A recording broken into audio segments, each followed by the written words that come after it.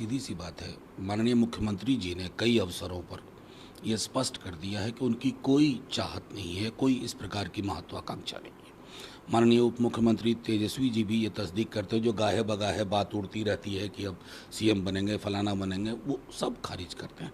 उद्देश्य क्या है? उद्देश्य है कि एक ऐसा उपक्रम के हम हिस्सा हों जिस उपक्रम से देश को एक प्रगतिशील विकल्प मिले। आत्ममुग्ध राजनीति ने तानाशाही को जन्म दिया और तानाशाही ने सारी व्यवस्थाएं ध्वस्त करके रख दी हैं इस देश में। उस ढांचे को ठीक करने में कई बरस लगेंगे और उसी दिशा में नीतीश जी हों, तेजस्वी जी हों या इंडिया गठबंधन के बाकी बड़े नेता लोग हों, सब उसी में लगे हुए हैं।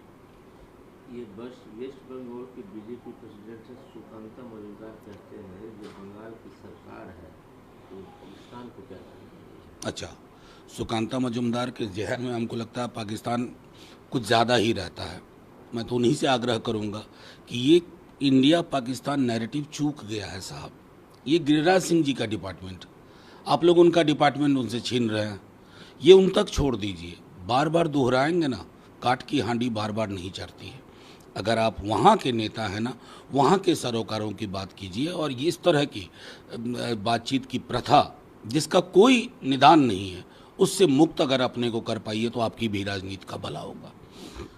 प्रधानमंत्री कहते हैं कि शिव शक्ति नाम उन्होंने दिया है। उन्होंने कहा कि शिव की बात होती है तो शुभ होता है और शक्ति की बात होती है तो मेरे देश की नारी शक्ति की बात होती है। अब देखिए, प्रधानमंत्री जी हैं, वो कुछ भी बोल सकते हैं और कुछ भी बोलते भी हैं, तो उसमें कहाँ शिव ऐसा थोड़ी ही कॉपीराइट है बीजेपी के या शक्ति कॉपीराइट है बीजेपी की, कुछ ऐसा है नहीं। लेकिन चूंकि उनके अपने कॉपीराइट में कुछ है नहीं तो कॉपीराइट कहीं कहीं से खींचते हैं। ये विज्ञान का क्षण था, मैं बार बार दोहराता हूँ, वैज्ञानिक सोच की विजय थी। कम संसाधनों में हमारे वैज्ञानिकों ने वो कर दिखाया जो अधिकाधिक संसाधन वाले मुल्क नहीं कर पाए। तो मैं समझता हूं कि विज्ञान के लिए वहां एक संदेश छोड़ना चाहिए था और मैं समझता हूं जैसे कई अवसरों पर प्रधानमंत्री जी चूक जाते हैं, आज फिर चूक गए। मल्लिकार्जुन खड़गे कहते हैं कि हम लोग 26 पार्टी है, तैयार हैं प्रधानमंत्री मोदी जी के गवर्नमेंट को हटाने के लिए, बट केसीआर कभी ना हम लोग मीटिंग अटेंड करते हैं न कभी ऐसी बातें वो करते हैं। देखिए, केसीआर जी ने तो अपना रास्ता थोड़ा अलग रखा हुआ है। वो तेलंगाना की पॉलिटिक्स को देख के हम भी समझ रहे हैं। तेलंगाना में कांग्रेस मेन चैलेंजर है, आज की डेट में बीजेपी तकरीबन नंबर 3 पे है। तो कई दफ़ा राज्य की राजनीति का भी असर देश की राजनीति में जो भी आप बनावट और बुनावट ढूंढते हैं उस पर असर पड़ता है और उसी दृष्टिकोण से मैं समझता हूँ खड़गे साहब की बातचीत को लेना चाहिए। जिस तरह से कल मुजफ्फरनगर में ये घटना घटी उसको लेकर बातचीत हो गई और जांच में बात सामने आई है कि फिल्म जो बनाया गया वो लड़के के चाचा के द्वारा नहीं, फिल्म बनाई गई तो गुनहगार फिल्म बनाने वाला या फिल्म के जो पात्र हैं वो गुनहगार है। फिल्म किसने बनाई इससे उस शिक्षिका का गुनाह कम नहीं होता और मैं तो उनको भी गुनहगार नहीं मानता, मैं तो पूरे समाज को गुनहगार मानता हूँ। मैं उन तमाम लोगों को गुनहगार मानता हूँ जो शाम को टेलीविज़न सेट पर बैठ करके सामने में जहर की इस खेती को बढ़ाते हैं। मैं उन तमाम मीडिया एंकर्स को भी गुनहगार मानता हूं जिन्होंने बीते वर्षों में सिवाय इस जहर की फसल को बढ़ाने, पनपाने, पुष्पित, पल्लवित करने के अलावा कुछ नहीं किया। मैं उस सरकार को भी और सरकारों को भी जिम्मेवार मानता हूं जिन्होंने इस जहर में अपने वोट की फसल की संभावना देखी। गुनहगार सब हैं, सब सिर्फ वो शिक्षिका नहीं है जो उस क्लासरूम में थप्पड़ लगवा रही थी। हाँ, लेकिन कमाल है, सबसे बड़ा गुनहगार कौन? जिसने इस जहर की खेती का फोटो खींच लिया।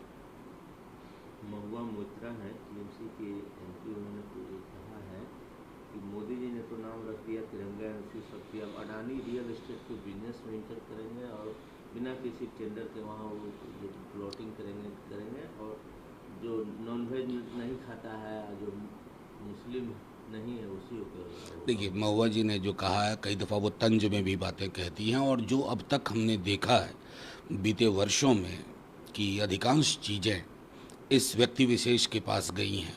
मित्रता प्रधानमंत्री जी को निभानी आती है, दोनों चीज़ बढ़िया आती है, दुश्मनी भी निभाते हैं, छोड़ते नहीं हैं। पॉलिटिकल अपोनेंट्स पे ईडी, आईटी, सीबीआई छोड़ देंगे, तो एक वो तरीका है।